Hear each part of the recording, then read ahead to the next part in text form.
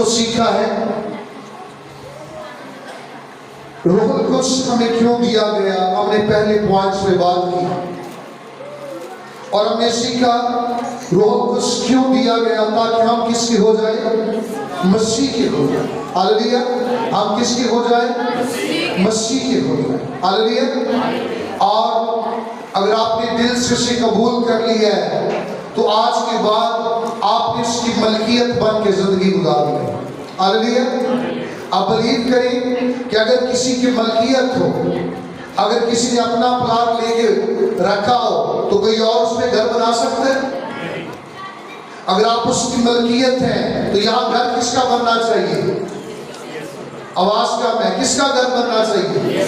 یسوع کا. ہاللیلویہ. ہمیں کس کا گھر بننا ہے؟ یسوع. ہاللیلویہ.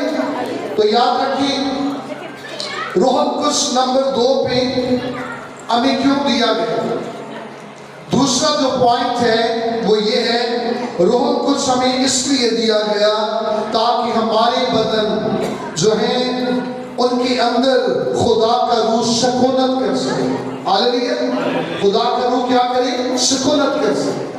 یا سمپل اگر آپ نوٹس بنا رہے ہیں تو یہ لکھ لیں کہ روح القدس مجھے اس لیے دیا گیا تاکہ میں خدا کا مقدس بن سکوں. ہاللیلویہ. میں کیا بن سکوں؟ خدا کا مقدس بن سکوں. آمین. آئے اس کے لیے حوالہ میرے ساتھ نکالیں, اس پر ہم تھوڑا سا دھیان دیں گے. مقدس پال کا خط کرنتھس کے نام پہلا جو لیٹر ہے اس کے 3 باب کی ہم 16 اور 17 آیت 2 آیتوں کو پڑھیں گے. جن کے پاس خدا کا کلام ہے سب نکالیں.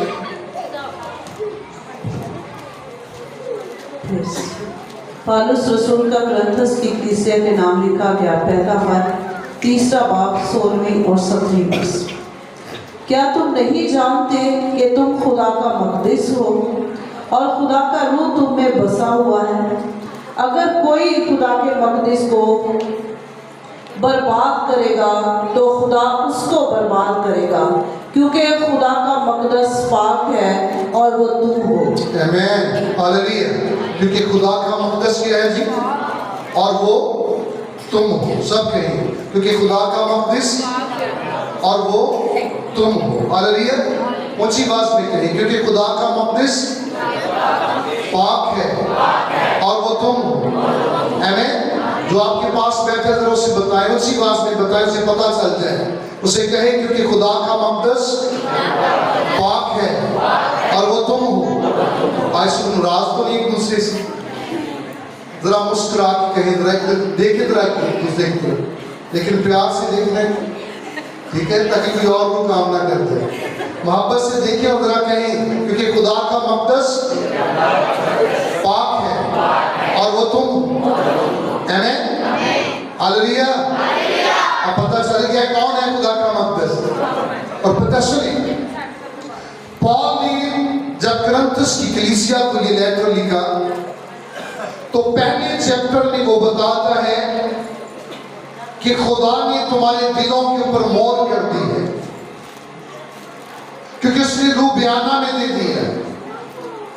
اور جب تم اس کی ملکیت بن گئے ہو تو پھر وہ 30 چیپٹر میں جا کر بتاتا ہے کیا تم نہیں جانتے کہ تم خدا کا مقدس ہو اور خدا کا روح تم میں بسا ہو.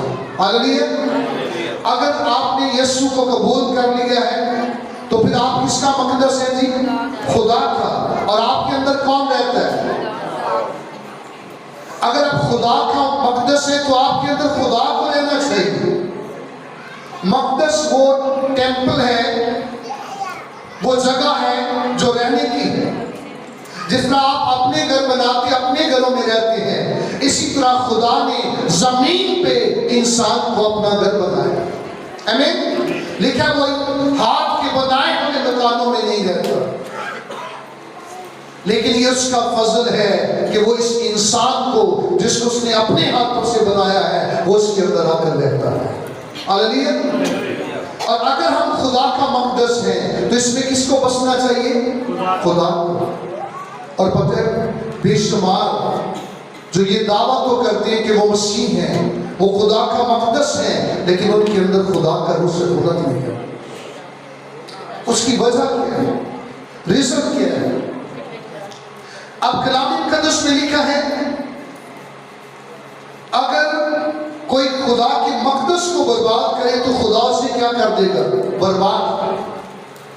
آپ سمپل میں آپ سے یہ پوچھنا چاہتا ہوں، ہم میں سے ہر بندے نے اپنا گھر سٹرگل کر کے بنایا ہے، تو اگر وہ آ کے آپ کا گھر ڈھانا شروع کر دے، برباد کرنا شروع کر دے تو آپ کو کتنی خوشی ہوگی؟ کوئی ہے جس سے خوشی ہوگی؟ کیوں نہیں؟ کیونکہ ہم نے بنایا. کیونکہ ایسا بتاتے ہیں کیونکہ ہم نے بنایا. اور کیسے بنایا؟ محنت کے ساتھ. آپ بلیو کرتے ہیں کہ خدا نے بھی انسان پہ محنت کی ہے. ہر چیز اس نے کہا اور بن گئی، لیکن بائبل بتاتی کہ انسان کو اس نے اپنے ہاتھوں سے بنایا. آمین. آپ اپنا گھر کیسے بناتے ہیں؟ آپ نے. تو خدا نے کسے بنایا؟ اپنے ہاتھوں سے. تو جو گھر خدا نے بنایا ہے اگر کوئی اس سے برباد کرے گا تو بائبل کہتی ہے خدا اس سے بھی برباد کر دے. ہم میں سے کتنے ہیں جنہوں نے توبہ بھی کی، بپتسمہ بھی لیا، وہ شاید وادی میں بھی شریک ہوتے ہیں، لیکن اس کے باوجود بھی خدا کا روح کی زندگی کے اندر نظر نہیں آتا. وجہ کیا ہے؟ سم ٹائم ہماری روٹین کی زندگی ایسی ہے کہ ہمیں روح کے کاموں اور بدن کے کاموں میں امتیاز کرنا مشکل ہو جاتا ہے.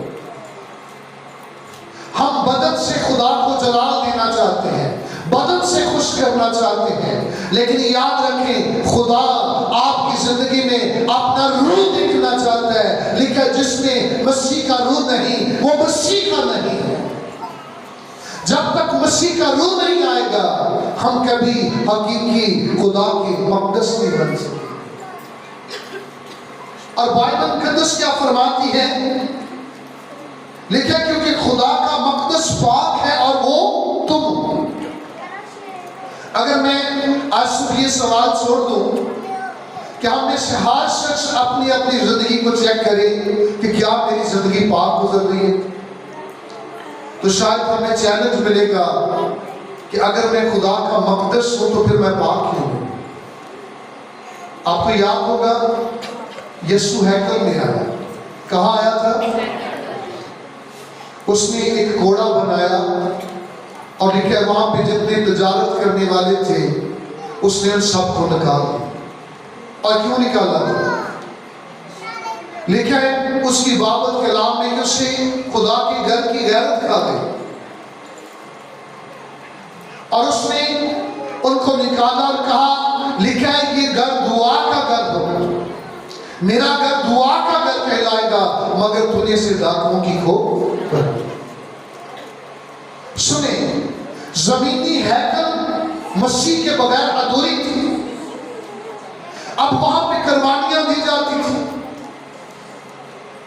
5 قسم کی قربانی ہے. صبح شام وہاں پہ دعا ہوتی، 3 ٹائم لوگ وہاں پہ جا کے سجدے بھی کرتے تھے. لیکن افسوس یسوع اس ہیکل کے اندر نہیں تھا. اگر یسوع اس ہیکل کے اندر ہوتا تو وہاں پہ مذہب اور بزنس نہ ہوتا، بلکہ وہاں خدا کی حضوری، خدا کا جلال اور خدا کی پریزنس موجود ہوتی. وہ ہیکل تو تھی لیکن یسوع وہاں پہ نہیں تھا. اس لیے لوگوں کو درست سمت میں لانے کے لیے یسوع کو ایک گھوڑا پکڑنا پڑا. اس نے ان کو باہر نکال دیا اور بتایا، لکھا ہے میرا گھر کیا ہوگا؟ دعا کا گھر. اور لیکن تو نے ان کو کس کو کیا بنا دیا ہے؟ ڈاکو.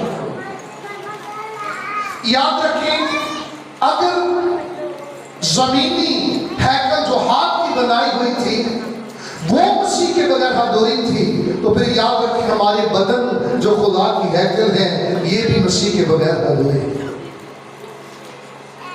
آپ کیا محسوس کرتے ہیں؟ آپ کی زندگی میں اگر خدا کا روح ہے تو کبھی آپ نے خدا کی پریزنٹ اپنے اندر دیکھی ہے؟ کبھی آپ نے خدا کے روح کو موو کرتے، بولتے، کلام کرتے، آپ کی زندگی میں کام کرتے ہوئے کبھی نظر آیا ہے؟ سنیں، بائبل یہ فرماتی ہے خدا کا مقدس پاک ہے. خدا کا مقدس کیا ہے جی؟ پاک ہے. تو یاد رکھیں سب سے پہلی بات خدا ہماری زندگی کے اندر پیورٹی کو دیکھنا چاہتا ہے, پاکیزگی کو دیکھنا چاہتا ہے.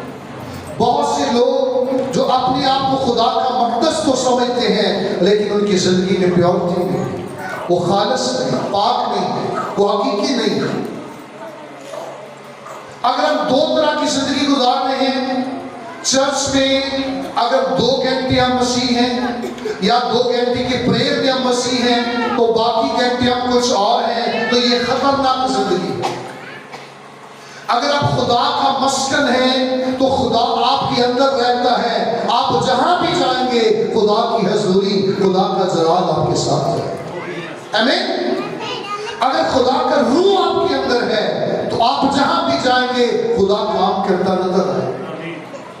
ہم بائبل میں پڑھتے ہیں رسول جب گزرتے تھے لوگ راہوں میں اپنے بیماروں کو ڈال دیتے تھے. وجہ کیا تھی؟ وہ کہتے تھے پترس کا سایہ ہی اس پر پڑ جائے گا تو بیمار. سنیں, پترس کے سائے میں اثر نہیں تھا, پترس کے اندر رہنے والا جو تھا اس کا اثر اس کے سائے کے اندر موجود تھا. آمین. اگر خدا آپ کے اندر ہے تو آپ کے سائے کے اندر بھی خدا کی قدرت کام ہے. آمین. اس لیے پہلی بات اپنی زندگی میں پیورٹی پیدا کریں, پاک کریں اپنے آپ کو. ہماری زبانیں پاک ہونی چاہیے, ہمارے کان پاک ہونے چاہیے, غلط باتوں کو مت سنیں, مت بولیں. ہماری آنکھیں پاک ہونی چاہیے, مت غلط چیزوں کو دیکھیں. اپنی لائف کو اس قدر پاک کریں تاکہ آپ خدا کا ریل مقدس بن جائیں, تاکہ وہ آپ کے اندر سکونت کرے. اور سنیں, اگر آپ توبہ کرنے کے بعد بھی جسم میں زندگی گزاریں گے تو بائبل کہتی ہے جو کوئی خدا کی مقدس کو برباد کرے گا خدا اس سے بھی برباد کرے گا. تو یہ چیلنج ہے بہت بڑا. اس لیے پال نے بتایا اگر تم جسم میں زندگی گزارو گے تو ضرور مرو گے, اور اگر تم روح سے بدن کے کاموں کو نیست و نابود کرو گے تو جیتے رہو. آمین. یسوع اس لیے آیا ہے تاکہ ہم زندگی پائیں اور کثرت کی زندگی پائیں. وہ ہماری ہلاکت نہیں چاہتا. اس دوسرے پوائنٹ کو سمجھنے کی کوشش کریں. یہ ہمیں اس لیے بخشا گیا تاکہ ہم خدا کا کیا بنے جی؟ مقدس بنے. ہاللیلویا. آئے قبالہ میرے ساتھ اس کا دوسرا خط ہے کرنتھس کی کلیسیا کے نام مقدس پال کا, اور اس کے 6 باب کی ذرا 16 آیت سے پڑھیں, 16 سے 18 آیت تک.